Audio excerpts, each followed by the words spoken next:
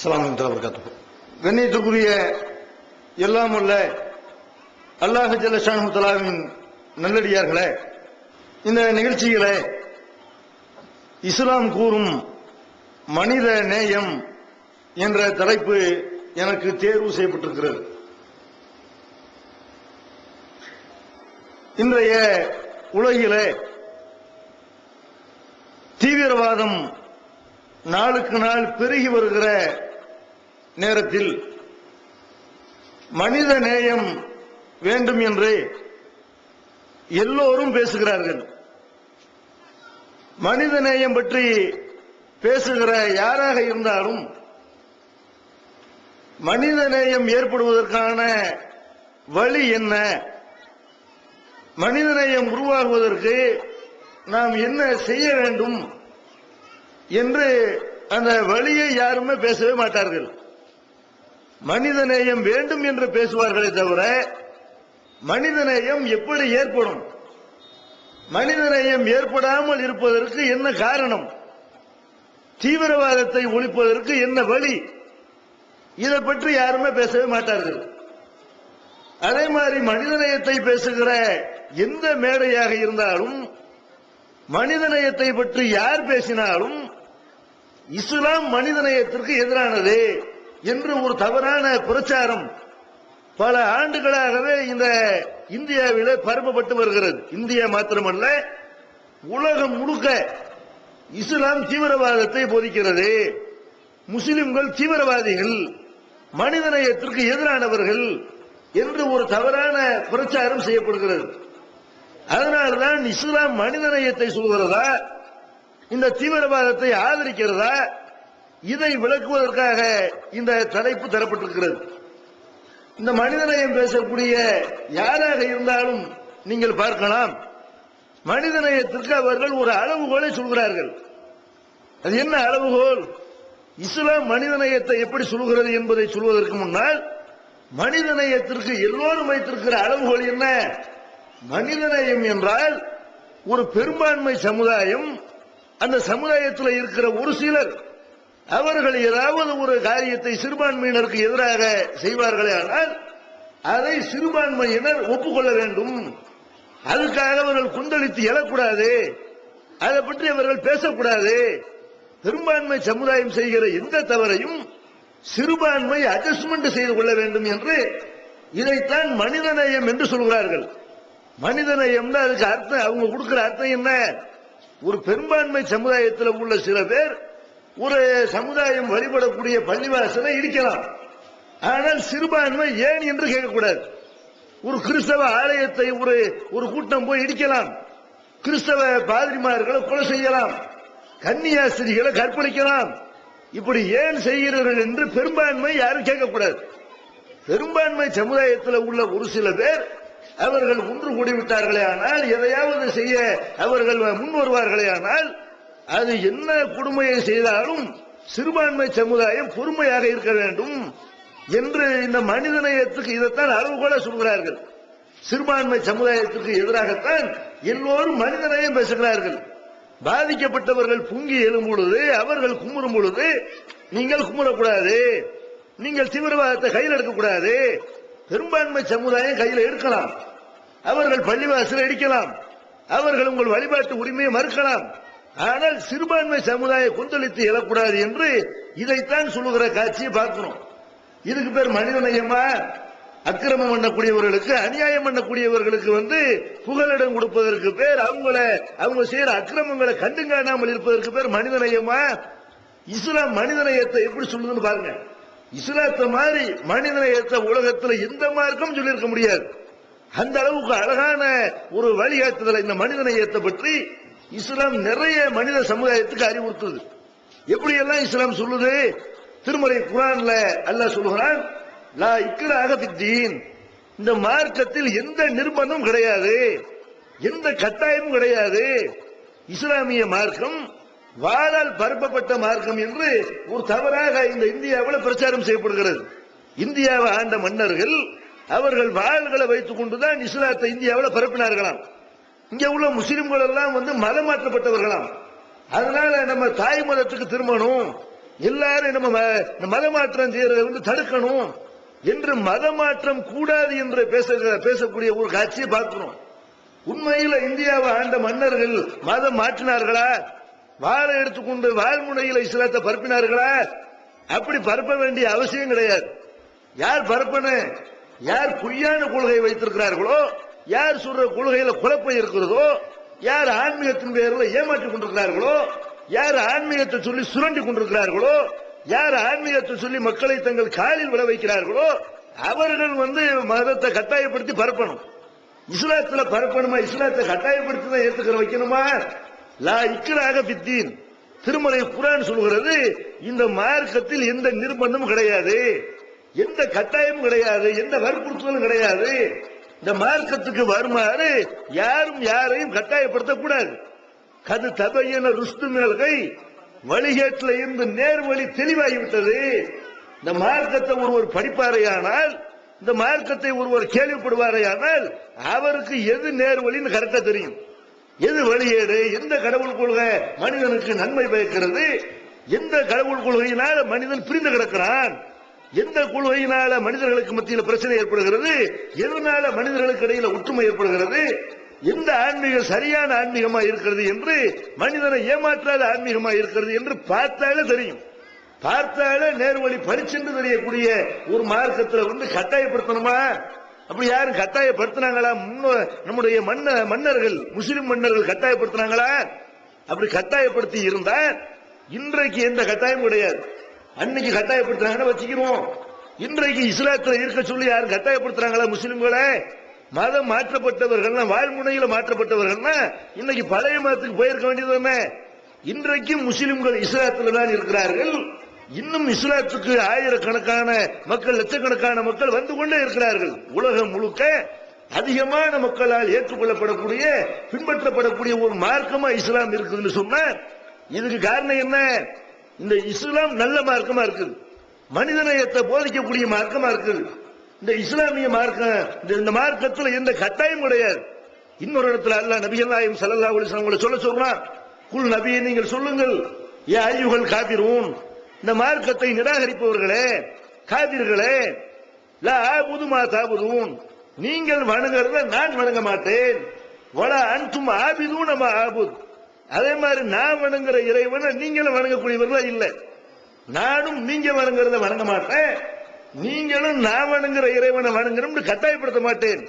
லக்கும் தீனுக்கும் வலியதீன், உங்களுக்கு உங்கள் மார்க்கம், எனக்கு என்னுடைய மார்க்கம். ஏன் மார்க்கத்தை நான் பின்பற்றுகிறேன், உங்க மார்க்கத்தை நீங்க பின்பற்றுங்கள் என்று நபியே நீ சொல்லு அப்படிங்கிற அல்லாஹ் ரப்பல் ஆலமீன் திருமறை குர்ஆன்ல சொல்லி காட்டினா, மதத்தை வந்து நான் வந்து திணிக்க மாட்டேன், நீங்களும் உங்க மதத்தை என் மேல திணிக்காதீர்கள். மதத்தை பிரச்சாரம் பண்ணலாம், போதனை செய்யலாம், ஏற்றுக்கொள்வதை ஏற்றுக்கொள்ளாமல் இருப்பது அவரவருடைய உரிமை. ஆனால் நான் கட்டாயப்படுத்த மாட்டேன், நீங்களும் கட்டாயப்படுத்தாதீங்க. முஸ்லிம்களை வந்து அன்றைய அந்த மக்காவில் இருந்த எதிரிகள், இஸ்லாத்தின் எதிரிகள் கொலை செஞ்ச நேரத்தில், இஸ்லாத்தை பின்பற்றி எதிராக அடித்து உதைத்த அந்த நேரத்தில் இந்த வசனத்தில் அல்லாஹ் சொல்லுகிறான் நபிகள் நாயகத்தை, நீங்க என்னை கட்டாயப்படுத்தாதீங்க, நான் உங்களை கட்டாயப்படுத்த மாட்டேன், எனக்கு என் மார்க்கம், உங்களுக்கு உன்னுடைய மார்க்கம், மார்க்கத்தில் கட்டாயம் கிடையாது என்று நபிகள் நாயகத்தை அல்லாஹ் சொல்லுகிறான் என்றால், அப்ப இஸ்லாம் வந்து மார்க்கத்தின் பெயரில் கட்டாயப்படுத்தக்கூடாதுன்னு சொல்லுத, இது எப்படி மனிதநேயத்துக்கு எதிரான மார்க்கமா இருக்க முடியும்? நபிகள் நாயகம் போர் செஞ்சாங்களா இல்லையா? குர்ஆன்ல காபிர்களை வெட்டுங்கள் வருதா இல்லையா? அப்ப இஸ்லாம் வந்து காபிர்களை கொல்ல சொல்லக்கூடிய மார்க்கம். காபிர்கள் தப்பான அர்த்தம் விலகி கொண்டார்கள். காபிர்கள் முஸ்லிம் அல்லாதவர்கள், இஸ்லாத்தை ஏற்காதவர்கள் அர்த்தம். அவங்களை கொல்ல சொல்லி குர்ஆன்ல வருதா? வருது. அது எப்படி வருதுன்னு கேட்டா, எல்லா காபிர்களையும் கொள்ளுங்க, யாருன்னா இஸ்லாத்துல இல்லை அவங்களையெல்லாம் கொள்ளுங்க, அப்படி வரல. நபிகள் நாயகம் ஸல்லல்லாஹு அலைஹி வஸல்லம் அவர்கள் மக்காவுல அவர்கள் இஸ்லாம் என்ற மார்க்கத்தை போதிக்கிறார்கள். அவங்க சொல்ற மார்க்கத்தை ஒரு கூட்டம் ஏற்றுக்கொள்கிறார்கள். அந்த கூட்டம் இஸ்லாத்தை கடைபிடிச்ச காரணத்தினால, ஒரு கடவுள் தான் இருக்கிறான் என்று நம்பிய காரணத்தினால, அன்றைக்கு இருந்த இஸ்லாத்தின் எதிரிகள் இஸ்லாம் வளரக்கூடாது, முஸ்லிம்கள் வளரக்கூடாது என்று நினைத்தவர்கள் நபிகள் நாயகத்தையும் அவர்களை ஏற்றவர்களையும் அடித்து உதைத்து பல்வேறு துன்பங்களுக்கு ஆளாக்கினார்கள், பல கொடுமைகளுக்கு ஆளாக்கினார்கள். எல்லா துன்பங்களையும் பொறுமையோட சகித்துக் கொண்டு நபிகள் நாயகம் நீங்க யாருக்கு எதிராகவும் ஆயுதம் தூக்கிறாதீங்க, உங்களை அடிச்சவங்களுக்கு எதிராக போர் செஞ்சிடாதீங்க, பொறுமையை கடைபிடிங்கள் என்று 13 வருஷ காலமாக அந்த சமுதாயத்துக்கு பொறுமையைத்தான் சொன்னார்கள். நபிகள் நாயகம் போய் பள்ளிவாசல போய் துழுகிறார்கள். துழுகிற நேரத்தில் அவங்க சிரமடைந்து கொண்டிருக்கிற நேரத்தில் ஒரு கூட்டம் ஒட்டக குடலை கொண்டு வந்து மேல போடுகிறது.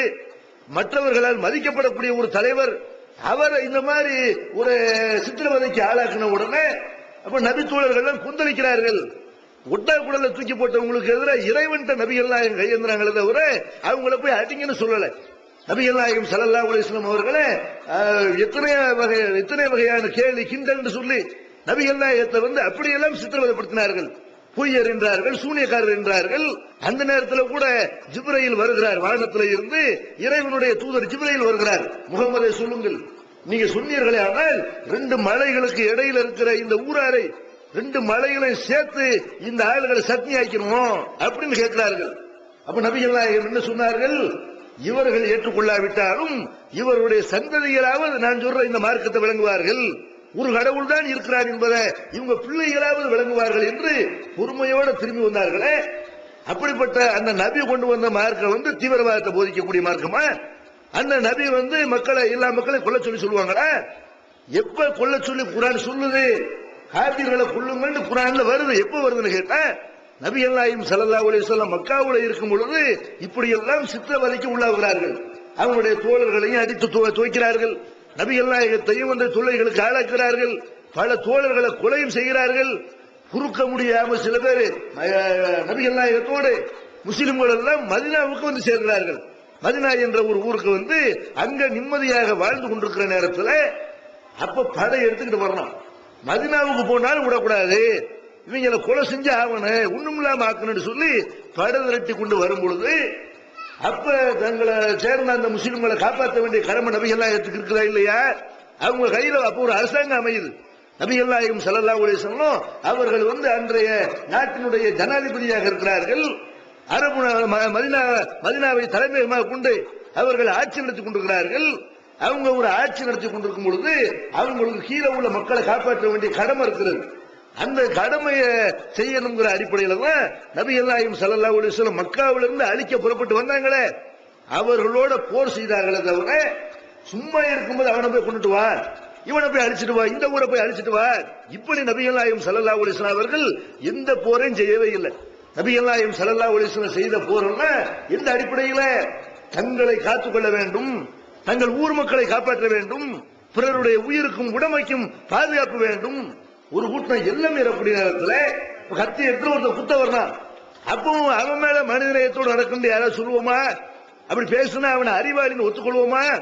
அந்த மாதிரி நிலைமையில தான் நபிகள் நாயகம் ஸல்லல்லாஹு அலைஹி வஸல்லம் அவர்களுக்கு திருக்குர்ஆன் சொல்கிறது, காத்திலுல்லதீன யுகாத்திலு ஃபீ ஸபீலில்லாஹி அல்லதீன யுகாத்திலுனக்கும், உங்களோடு யார் சண்டைக்கு வருகிறார்களோ அவர்களோடு நபியே நீங்களும் சண்டையிடுங்கள். தமிழ்நாடு தௌஹீத் ஜமாஅத்தின் அரும் பணிகள், இஸ்லாம் கூறும் அனைத்து பணிகளையும் குர்ஆன் மற்றும் நபி வழியின் அடிப்படையில் செயல்படுத்தும் முதன்மையான அமைப்பு தமிழ்நாடு தௌஹீத் ஜமாஅத். பிற மத மக்களுக்கு இஸ்லாத்தை எடுத்துரைக்க அழைப்பு பணி. இஸ்லாத்தை ஏற்றுக்கொண்டவர்களுக்காக அனைத்து உதவிகளுடன் முற்றிலும் இலவசமாக ஆண்களுக்கும் பெண்களுக்கும் என தனித்தனி பயிற்சி மையங்கள். முஸ்லிம் சமுதாயத்தில் காணப்படும் பலவித தீமைகள் மற்றும் மூட நம்பிக்கைகளை களைவதற்கு பொதுக்கூட்டங்கள், மாநாடுகள் போன்ற பல்வேறு நிகழ்ச்சிகள், வரதட்சணை ஒழிப்பு பற்றிய விழிப்புணர்வு கூட்டங்கள் மற்றும் வாங்கிய வரதட்சணையை திருப்பிக் கொடுக்கும் நிகழ்ச்சிகள், உயிர்காக்கும் இரத்த தானங்கள், இலவச மருத்துவ முகாம்கள் மற்றும் ஆம்புலன்ஸ் சேவைகள், ஏழை எளிய மாணவ மாணவிகளுக்கு இலவச நோட்டு புத்தகங்கள், இலவச சீருடைகள், நோன்பு பெருநாளை மகிழ்ச்சியுடன் கொண்டாட ஃபித்ரா விநியோகம் மற்றும் ஹஜ் பெருநாளின் போது கூட்டு குர்பானி திட்டம், சுனாமி, தீ விபத்து, சாலை விபத்து, வெள்ளம் போன்ற திடீர் விபத்துகளில் பாதிக்கப்படும் மக்களுக்கு ஓடோடி சென்று உதவுதல், தனியார் தொலைக்காட்சி மூலம் தினந்தோறும் பல்வேறு நிகழ்ச்சிகள், இணையதளம் மூலம் இஸ்லாத்தை அறிந்து கொள்ள www.onlinepj.com, www.tntj.net போன்ற 2 இணையதளங்கள், ஏகத்துவம், தீன்குல பெண்மணி ஆகிய மார்க்க மாத இதழ்கள், முஸ்லிம் சமுதாயத்தை தட்டி எழுப்பும் உணர்வு வார இதழ், தொலைபேசி மற்றும் கடிதங்கள் மூலம் விளக்கம் பெற தனி ஏற்பாடு, குடும்ப பிரச்சினைகளுக்கு தீர்வு காண ஷரியத் தீர்ப்பாயங்கள், இலவச திருமண தகவல் திட்டம், முதியோர் ஆதரவு இல்லம், சிறார்களுக்கான அனாதை இல்லம், சத்தியத்தை நிலைநாட்டிட பல்வேறு விவாதங்கள், அடக்குமுறைக்கு எதிரான போராட்டங்கள், முஸ்லிம் சமுதாயத்திற்கு இடஒதுக்கீட்டை பெற்றுத்தந்த உரிமை போராட்டங்கள், வறுமை மற்றும் கடன்களில் சிக்கித் தவிக்கும் மக்களை மீட்டெடுக்க ஜகாத் நிதியை திரட்டி உரியவர்களுக்கு உதவுதல், வட்டியில்லா கடனுதவி திட்டங்கள், இது போன்ற இன்னும் ஏராளமான பணிகளை செய்து வரும் தமிழ்நாடு தௌஹீத் ஜமாத் எந்த வெளிநாட்டு அரசிடமிருந்தோ அல்லது எந்த வெளிநாட்டு நிறுவனங்களிடமிருந்தோ உதவிகளை பெறுவதில்லை என்பதை கொள்கையாக கொண்டுள்ளது. எனவே மறுமையில் மகத்தான கூலியை பெற்றுத்தரும் இந்த அரிய பணிக்கு உங்களது ஜகாத் மற்றும் நன்கொடைகளை வாரி வழங்குவீர். உங்களது நன்கொடைகளை டிடியாகவோ செக்காகவோ மணி ஆர்டராகவோ அனுப்பலாம். டிடி அனுப்புபவர்கள் தமிழ்நாடு தௌஹீத் ஜமாத் வங்கி கணக்கு எண் 7882748827 இந்தியன் வங்கி மண்ணடி கிளை என்ற பெயரில் எடுத்து அனுப்ப வேண்டிய முகவரி தமிழ்நாடு தௌஹீத் ஜமாத் மாநில தலைமையகம் 30 அரண்மனைக்காரன் தெரு மண்ணடி சென்னை 1 போன் 044215215226. முஸ்லிம்கள் சண்டையிடுங்கள், அதுல கூட வலா தாத்தது, நீங்கள் வரம்பு மீறாதீர்கள். போர்க்களத்துல கூட அல்லாஹ் என்ன சொல்றான்னு கேட்டா, உங்களோட சண்டைக்கு வர்றவனோட அழிக்கிறேன்னு புறப்பட்டு வர்றான், அவனோட சண்டை போடுங்க. மற்ற ஆளுகள் உங்களை அழிக்க நினைக்காத மற்ற ஆளுகளோட நீங்க எப்படி இருக்கணும்? குர்ஆன் சொல்லுது, மனிதநேயத்தை எப்படி சொல்லுது பாருங்க. லா யன்ஹாகுமுல்லாஹு அனில்லதீன லம் யுகாத்திலுக்கும் ஃபித்தீனி வலம் யுக்ரிஜுக்கும் மின் தியாரிக்கும். யார் உங்களை வீட்டை விட்டு விரட்டவில்லையோ, யார் உங்களோட சண்டைக்கு வரவில்லையோ, உங்களை கொலை செய்ய நினைக்கவில்லையோ, அன்தபர்ரூஹும் அந்த மக்களுக்கு நீங்கள் நன்மை செய்வதையோ, வத்துக்ஸிது இலைஹிம் அவங்கள்ட்ட நேர்மையாக நடப்பதையோ அல்லாஹ் தடுக்கவில்லை. யார் உங்களோட அந்யோன்யமா பழகி கொண்டிருக்கிறார்களோ, அண்ணன் தம்பிகளாக மாமன் மச்சான்களாக உறவு முறையை கொண்டாடி கொண்டு யார் உங்களோடு கலந்து வாழுகிறார்களோ அந்த முஸ்லிம் அல்லாதவர்களுக்கு நீங்கள் நன்மை செய்ய வேண்டும், அவங்களுக்கு உதவ வேண்டும். அவர்கள் அவங்களுக்கு ஒரு பாதிப்பு ஏற்பட்டு உங்கள்கிட்ட வந்தார்களே ஆனால் அவர்கள்ட்ட நேர்மையாக நீங்க நடக்க வேண்டும். இதை அல்லாஹ் தடுக்கவில்லை. இன்னமா இன்ஹாக்குமுல்லாஹு அனில்லதீன காத்தலுக்கும் பித்தீனி அகரஜுக்கும் தியாரிக்கும். யார் உங்களை வீட்டை விட்டு விரட்டினார்களோ, யார் உங்களை கொலை செய்யணும்னு வருகிறார்களோ அவங்களோட உறவு வச்சுக்கிறாதீங்க. உங்களை அழிக்க வர்றவனோட உறவு வச்சுக்கிறாதீங்க.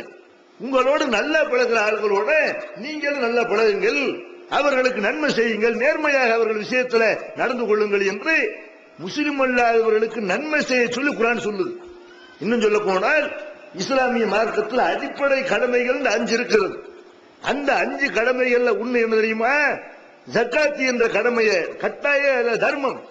செல்வந்தர்களாக இருக்கக்கூடியவர்கள் தங்களுடைய மொத்த சொத்துக்களை கணக்கு பண்ணி அவர்கள் 2% பிறருக்கு தானமாக வழங்க வேண்டும், ஏழைகளுக்கு வழங்க வேண்டும்.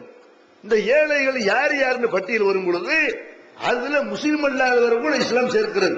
திருக்குர்ஆன்ல அல்லாஹ் சொல்றான், பிற முஸ்லிம் அல்லாத மக்கள் அவங்களுடைய உள்ளங்கள் உங்கள் பால் ஈர்க்கப்பட வேண்டும், அவங்க உங்களோட இணக்கமாக வாழ வேண்டும், இஸ்லாத்தை அவர்கள் விரும்ப வேண்டும். அப்படிங்கிற அடிப்படையில் முஸ்லிம் அல்லாதவர்களுக்கு நீங்கள் உதவி செய்யுங்கள். இந்த ஜக்காத் கட்டாய தர்மத்தை அவன் ஏழையா இருந்தா அவனுக்கும் கொடுங்க, அவன் கடனாளியா இருந்தா அவனுக்கும் கொடுங்க, அவன் நோயாளியா இருந்தா அவனுக்கும் கொடுங்க. கொடுக்கிற விஷயத்துல முஸ்லிம் அல்லாதவன்னு பார்க்காதீங்க. நீங்கள் கொடுக்கிற காரணத்தினால உங்களை அவன் விரும்புவான் என்றால், உங்கள் மார்க்கத்தை விரும்புவான் என்றால், உங்க சமுதாயத்தை விரும்புவான் என்றால் அவங்களுக்கு ஒரு பகுதியை நீங்க கொடுங்கள் என்று கட்டாய கடமையாக முஸ்லிம் அல்லாத மக்களுக்கு உதவி செய்வதை கட்டாய கடமையாக்கக்கூடிய ஒரு மார்க்கம் முஸ்லிம் அல்லாதவர்களை கொலை செய்ய சொல்லுமா? மனிதநேயத்துக்கு எதிரான மார்க்கமா? இன்னைக்கு இஸ்லாம் மனிதநேயத்துக்கு எதிரானு பேசக்கூடிய ஆள்களை பார்க்கிறோம். இந்த இந்துத்துவ சக்திகள் ஒரு ஏதாவது தீபாவளி பொங்கல் வரும்னு வைங்களேன், போஸ்டர் அடிச்சு ஒட்டினான். என்ன அடிச்சு ஒட்டினான்? நீங்கள் இந்து கடைகள்லயே வாங்குங்கள், பொருள்கள் வாங்குறதா இருந்தா முஸ்லிம் கடைகள்ல வாங்காதீங்க, இந்து கடைகளை மட்டுமே வாங்குங்கள் அப்படின்னு போஸ்டர் அடிச்சு ஒட்டினான். இது மனிதநேயமா? இது இந்த மாதிரி ஆளுக எல்லா மக்களும் ஒற்றுமையா இருக்கணும்னு விரும்பக்கூடிய ஆள்களா? இவர்கள் ஒற்றுமைக்கு எதிரானவர்கள். திருமறை குர்ஆன் என்ன சொல்லுது? இஸ்லாம் என்ன சொல்லுது? உன்கிட்ட நல்ல பழகிறானா உன்னை கொலை செய்யணும்னு நினைக்கலையா, அவனுக்கு நன்மை பண்ணுப்பா, அவனுக்கு உதவி செய்யு அப்படின்னு சொல்லக்கூடிய மார்க்கம் எங்க? முஸ்லிம்கள் கடையில வாங்காதீங்கன்னு சொல்லக்கூடிய இந்த ஆளுக மனித நேயத்தை சொல்றாங்களா? அதே மாதிரி நீங்க பார்ப்பீர்களே. ஆனால் திருமறை குர்ஆன்ல அல்லாஹ் ரப்பல் ஆலமீன் சொல்றான், இந்த 20ஆம் நூற்றாண்டுல கூட இன்றைக்கு இப்படி பேச மாட்டேங்கிற மனித நேயத்தை எவனும் சொல்ல முடியாது. அந்த அளவுக்கு குர்ஆன் சொல்லுது. எப்படி சொல்லுது? இந்த கலவரங்களுக்கு, மத கலவரங்களுக்கு எல்லாம் அடிப்படை காரணமா அமைகிறது என்னன்னு கேட்டா, ஒரு சமுதாயம் பேச்சுரிமைங்கிற பேர்ல வரம்பு மீறதான் காரணம். நீ பார்க்கிற இந்த விநாயகர் ஊர்வலம் நடக்குது. ஒரு மாசம் 2 மாசத்துக்கு முன்னாடி எல்லாம் இங்க நடந்தது.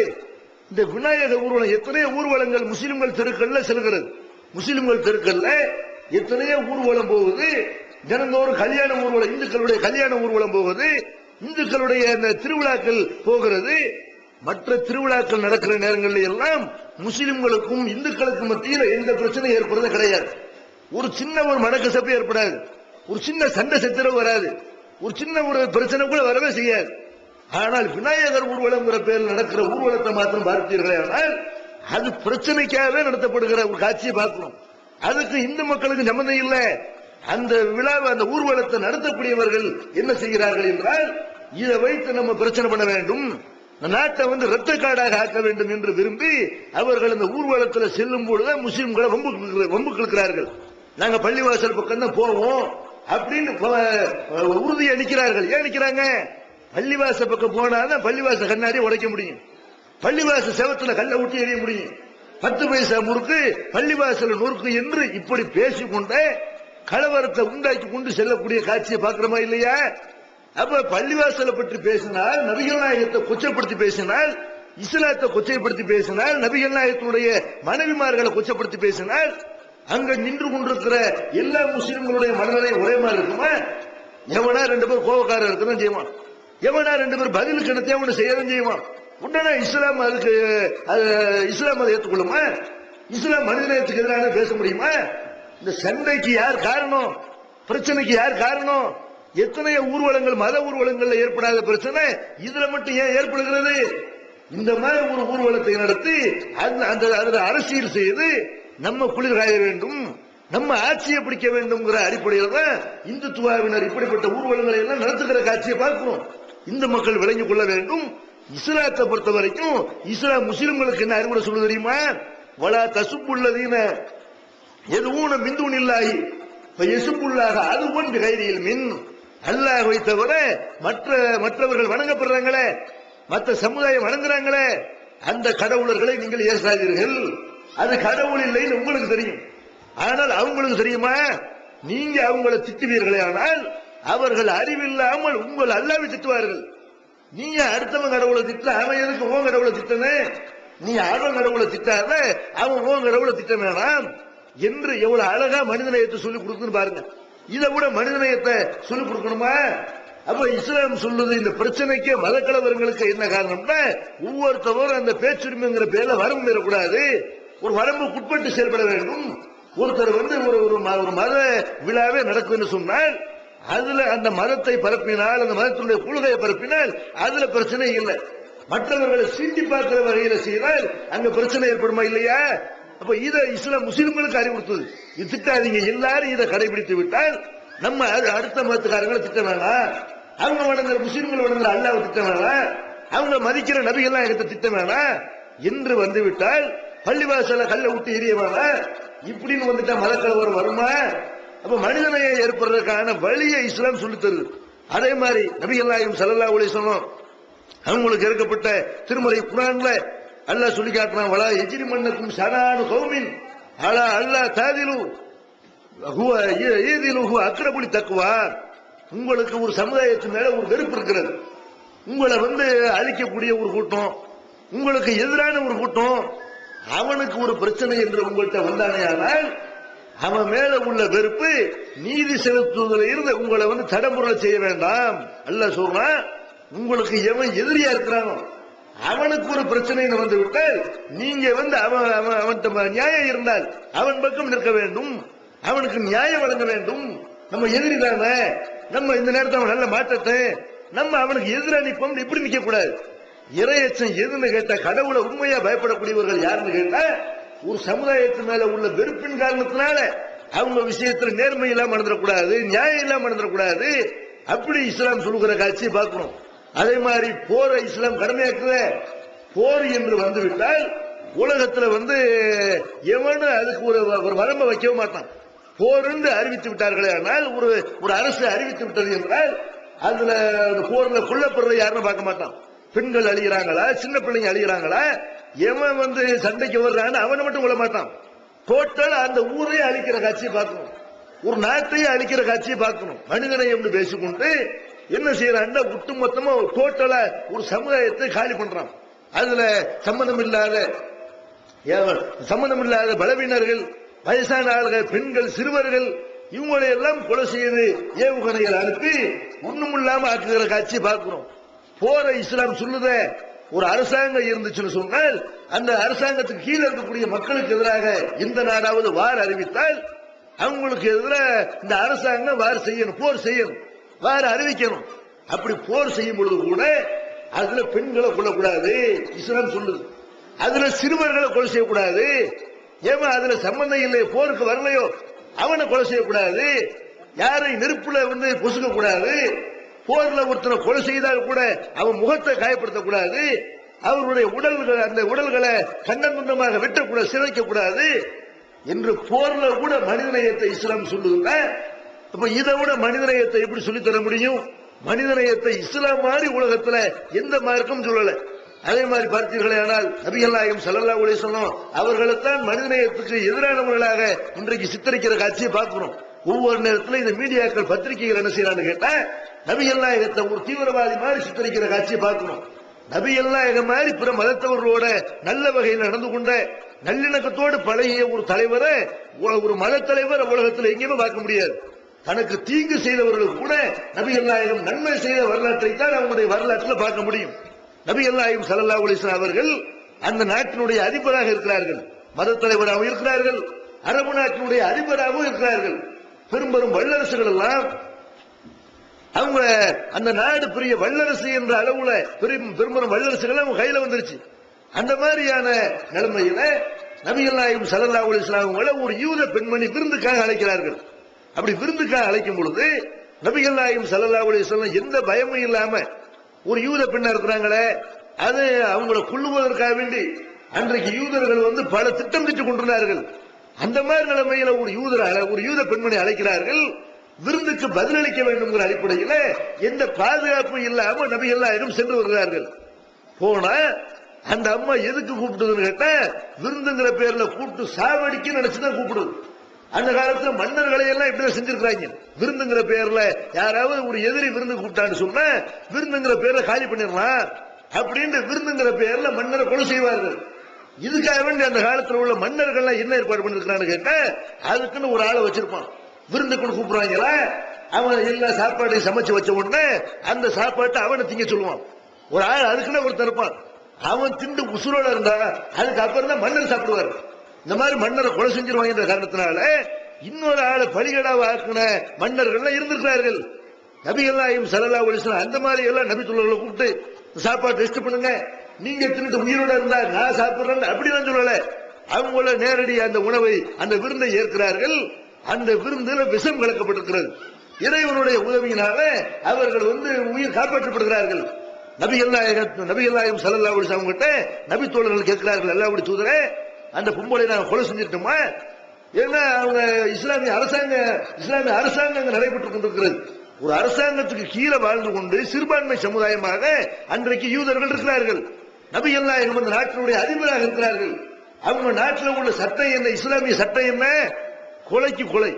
வேற எந்த நபி தோழரையாவது கூப்பிட்டு இப்படி கொலை செய்ய பிளான் பண்ணி இருந்தால் அந்த பொம்பளை கொலை செய்ய வேண்டும் என்றுதான் நபிகள் நாயகம் தீர்ப்பு வழங்கியிருப்பார்கள். ஆனால் தன் விஷயத்தில் நபிகள் நாயகம் இப்படி தீர்ப்பு வழங்கல. போன போது விட்டுருங்க, மன்னிச்சு விட்டுருவோம் என்று நபிகள் நாயகம் தன்னை கொலை செஞ்ச வந்த ஒரு பொம்பளையை கூட மன்னித்து விட்டார்கள் என்றால், நபிகள் நாயகம் முஸ்லிம் அல்லாத மக்களோடு எப்படி பழகினார்கள் என்பதற்கு, அவங்களுடைய தவறுகளை எல்லாம் எப்படி மன்னித்தார்கள் என்பதற்கு அழகான ஒரு சான்றாக இந்த செய்தியை நம்ம பார்க்கலாம். அதே மாதிரி நபிகள் நாயகம் ஸல்லல்லாஹு அலைஹி வஸல்லம் அவர்கள் ஒரு ஆட்சி நடத்தினாங்களே, அந்த ஆட்சியில எந்த கடமை இல்லை. இன்றைக்கு இந்தியாவா இருக்கட்டும், உலகத்துல எவ்வளவு பெரிய வல்லரசா இருக்கட்டும், பொருளாதாரத்துல அதல பாதாளத்துல சென்று கொண்டிருக்கிற காட்சியை பார்க்கிறோம். இந்தியா பரவல்லன்னு சொல்லலாம். பெரிய வல்லரசுங்களா அவன் பொருளாதாரத்துல அதல பாதாளத்துல எப்ப படுக்க அந்த நாடு படுக்குன்னு சொல்ல முடியாது. அப்படி சரிந்து கொண்டு வரக்கூடிய காட்சியை பார்க்கிறோம். நபிகள் நாயகம் ஸல்லல்லாஹு அலைஹி வஸல்லம் அவர்கள் எப்படிப்பட்ட ஒரு ஆட்சி நடத்தினாங்கன்னு கேட்டா, அவர்கள் கேட்கிற மக்களுக்கெல்லாம் வாரி வாரி வழங்கக்கூடிய அளவுக்கு அவங்களுடைய கஜானாவுல ஜக்காத்துன்னு அறிமுகப்படுத்தினாங்களே, அந்த ஜக்காத்து என்ற திட்டத்தின் காரணத்தினால கேட்கிற ஆளுகளுக்கெல்லாம் அள்ளி அள்ளி வழங்கினார்கள். வர்ற ஏழைகளுக்கெல்லாம் வாரி வாரி வழங்கினார்கள். கடன் இல்லாத ஒரு சமுதாயமாக நபிகள் நாயகம் ஆட்சியில் அன்றைய மக்கள் இருந்தார்கள். யார் கடனோடு இறந்து போனாலும் அரசாங்கம் அந்த கடனை அடைக்கும் என்ற அளவுக்கு நபிகள் நாயகம் ஸல்லல்லாஹு அலைஹி வஸல்லம் பொருளாதாரத்தை சேர்த்து வைத்திருந்தார்கள் அரசாங்கத்தில். அப்ப ஒரு முஸ்லிம் அல்லாதவர் வந்து கேட்கிறாரு, நீங்க எனக்கு இதை தர்மம் கொடுங்க அப்படின்னு வந்து கேட்கும்போது, 2 மலைகள் குழுகிற அளவுக்கு, 2 மலைகளுக்கு இடையில எவ்வளவு இடம் இருக்கும், அந்த மலைகள் குழுகிற அளவுக்கு நிறைய ஆடுகளை நபிகள் நாயகம் கொடுத்திருக்கிறாங்க. கூட்டு போ நல்லா குறைச்சுக்க அப்படிங்கிறாங்க. தர்மம்னா 10 பைசா 50 பைசா ரூபாய் போடுறது பேர் தர்மம் இல்ல. இந்த மாதிரி ஒரு ஆள் தன்னிறைவு அடைகிற மாதிரி தர்மம் பண்ணணும். அடுத்தவன் யாருக்கிட்ட கையெழுந்த கூடாது. அப்படி நபிகள் நாயகம் வாரி வழங்கின உடனே அதை வாங்கிக்கிட்டு அவர் போய் சொல்றாரு, அவங்களுடைய கூட்டத்தில் போய் சொல்றாரு, நீங்க எல்லாம் இஸ்லாத்தை ஏத்துக்குங்க. நபிகள் நாயகம் வறுமையை பற்றி கவலைப்படாமல் முகமது வாரி வழங்குகிறார், அதனால அவர் மார்க்கத்தை ஏற்றுக்கொள்ளுங்கள் என்று நபிகள் நாயகம் ஸல்லல்லாஹு அலைஹி வஸல்லம் அவங்களுடைய அந்த மனிதநேயத்தை மற்ற சமுதாயம் பாராட்டுகிற அளவுக்கு நபிகள் நாயகம் முஸ்லிம் அல்லாத மக்களோட பழகினார்கள், மனிதநேயத்தை போதித்தார்கள். அப்படி மனிதநேயத்தை நபிகள் நாயகம் ஸல்லல்லாஹு அலைஹி வஸல்லம் அவர்களும் கடைபிடித்தார்கள். திருமறை குர்ஆன்லயும் மனிதநேயத்தோடு நடந்து கொள்ளும்படி முஸ்லிம்களுக்கு அறிவுறுத்துகிறது. உலக மக்கள் எல்லோரும் நபிகள் நாயகம் அவர்கள் நடந்த மாதிரி, இஸ்லாம் திருமறை குர்ஆன் சொல்ற மாதிரி மனிதநேயத்தை அவரவர்கள் கடைபிடிப்பார்களே, ஆனால் இந்த நாட்டில் எந்த கலவரம் இருக்காது. இந்த முஸ்லிம்களும் இந்துக்களுக்கு இடையில இந்த உறவு மாமன் மச்சான்ங்கிற இந்த உறவு இருந்து கொண்டே இருக்கிறது. இது இருந்துகிட்டே இருக்கும். இதை கெடுப்பதற்காக வேண்டி, இதுல அரசியல் பண்ண வேண்டும்ங்கிறதுக்காக வேண்டி இஸ்லாம் மனிதநேயத்துக்கு எதிராக சொல்கிறார்கள். இஸ்லாம் தான் மனிதநேயத்தை வலியுறுத்தி சொல்லக்கூடிய மார்க்கம். அதனால் இந்த இஸ்லாத்தை விளங்கி முஸ்லிம் அல்லாதவர்கள் முஸ்லிம்களோட நல்லுறவு மேற்கொள்ள வேண்டும். அல்லாஹ்